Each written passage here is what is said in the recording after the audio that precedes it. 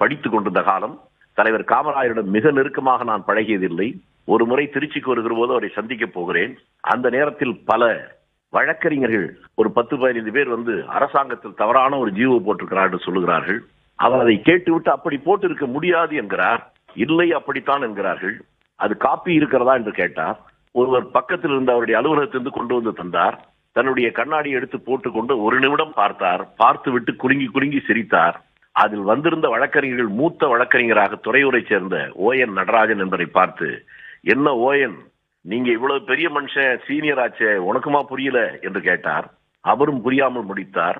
ஒரு குறிப்பிட்ட சொல் அந்த தொடரில் முன்னில் இருந்தால் என்ன பொருள், பின்னால் இருந்தால் என்ன பொருள் என்று தெரியாமலே பேசுகிறீர்களே, இந்த வார்த்தை இங்கே இருக்கிற போது இதற்கு என்ன பொருள், நீங்கள் தவறாக புரிந்து கொண்டிருக்கிறீர்கள். ஒரு அரசாங்கம் அப்படியெல்லாம் தவறாக ஒரு ஜீவோ போட முடியாது என்று சொல்லிவிட்டு சிரித்தார். என் பக்கத்திலே இருந்த என் நண்பன், மிக நெருக்கமாக அவரிடம் பழகியவன், அவன் பெயர் பாலன் என்று பெயர். இன்றைக்கு அவன் இல்லை. என்ன பாலன், தலைவருக்கு இங்கிலீஷ் தெரியுமா என்று கேட்டேன். டேய் சும்மாறா, அவர் நல்லா பேசுவாரா என்று அவன் சொன்னான். எனக்கு அது முதல் அதிர்ச்சி. அதற்கு பின்னால் அவரிடம் மிக நெருங்கி பழகிற வாய்ப்பு பல ஆண்டுகள் எனக்கு கிடைத்தது. அவர் மறைவுக்கு சில நாட்களுக்கு முன்பாக பேசுகின்ற இருக்கிற போது ஒரு முறை அவரிடம் கேட்டேன், ஐயா, உங்களுக்கு அழகான ஆங்கிலத்தை வெளிநாட்டுக்காரர்கள் பேசுவதை போலவே பேச உங்களுக்கு தெரிகிறது. வடக்கே இருந்தவர்களிடம் இந்தியில் சரளமாக பேசுகிறீர்கள். உங்களுடைய நண்பர்கள் ஆந்திரத்தில் இருந்தவர்களிடம் தெலுங்கில் பேசுகிறீர்கள்.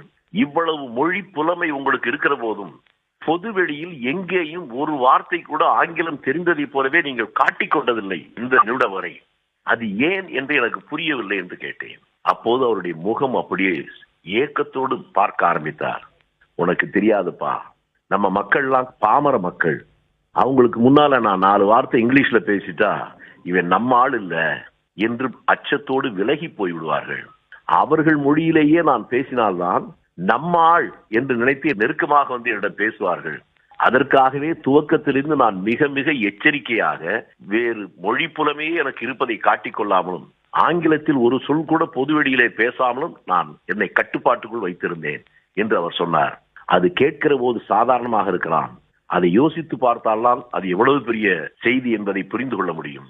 இது எனக்கு மட்டுமல்ல, சாதாரண மாணவர்களுக்கு மட்டுமல்ல, அரசியலிலே மூத்தவர்கள் பலருக்கு கூட அதிர்ச்சியான செய்திதான். மறைந்துவிட்ட முன்னாள் தமிழக அமைச்சர், தமிழகத்துடைய சபாநாயகர், பாராளுமன்ற உறுப்பினராக இருந்தவர் ராஜாராம். அவரோடு ஒரு முறை டெல்லியிலிருந்து விமானத்தில் வந்து கொண்டிருந்தேன். அன்றைக்கு என் கையை பிடித்துக் கொண்டு சொன்னார், முதல்ல அவர் இறந்த செய்தி வருகிற போது அமைச்சரவை கூட்டத்தில் நான் உட்கார்ந்திருந்தேன். நான் தான் முதலில் போனேன். போய் அவருடைய உதவியாளர் மட்டும் அழுது கொண்டிருந்தார். அவரை அழைத்துக் கொண்டு வீட்டுக்குள்ளே சுற்றி சுற்றி வந்தேன். எதுவுமே என் கண்களில் படவில்லை. மாடியில் யார் இருக்கிறார்கள் என்று கேட்டேன். யாரும் இல்லை என்றார். அங்கே நீங்க போக மாட்டீங்களா என்ற, ஐயா மட்டும்தான் போவார் என்று அவர் சொன்னார். அப்ப அங்கதான் ஏதோ முக்கியமான செய்தி இருக்கிறது என்று அவரை அழைத்துக் கொண்டு மேலே போனேன். மேலே பார்த்தால் ஆயிரக்கணக்கான புத்தகங்கள் இருந்தது. எல்லாமே ஆங்கில புத்தகங்கள். அதிர்ச்சி அடைந்து போய் இதெல்லாம் யார் படிப்பார்கள் என்று கேட்டேன். ஐயா தான் படிப்பார் என்று வைரவன் சொன்னார். நான் நடுநடுவாக புத்தகங்களை எடுத்து புரட்டி பார்த்தேன். அத்தனை புத்தகங்களிலும் அவர் படித்து அதிலே குறிப்பை எழுதி வைத்திருப்பதை பார்த்து நான் அதிர்ச்சி அடைந்து போனேன். சாகிற வரை அவருக்கு இங்கிலீஷ் தெரியாது, தமிழே பேச வராது என்றெல்லாம் எப்படியெல்லாம் நாங்கள் அவரை விமர்சனம் செய்திருக்கிறோம். இப்பொழுது நினைக்கிற போது வருத்தமாக இருக்கிறது, வேதனையாக இருக்கிறது என்று சொன்னார். அந்த நேரத்தில் அவரிடத்திலே அவருக்கான காரணம் இதுதான் என்று அவர் மறைவதற்கு முன்பாக என்னிடம் சொன்னதை சொன்னேன். அவர் அப்படியே பிரமித்து போனார். எவ்வளவு பெரிய தலைவர்ப்பா, அவரை பத்தி என்ன மாதிரி ஆளுக்கே இப்பதான் புரியுது, நம்ம மக்களுக்கு அவரை தெரியல என்று சொன்னார். தமிழ்நாட்டு மக்களுக்கோ இந்திய மக்களுக்கோ தெரியாமல் போகலாம், ஆனால் ரஷ்யாவுக்கு அன்றைக்கே தெரிந்திருக்கிறது. ரஷ்யாவுக்கு காமராஜர் ஒரு முறை போகிற போது அந்த நாட்டினுடைய பிராவதா இதழிலே இப்படி எழுதினார்கள். வேறு எந்த தலைவரையும் பற்றி குறிப்பிடாத வகையில் இவரை பற்றி எழுதுகிற போது a man from common masses என்று சொன்னார்.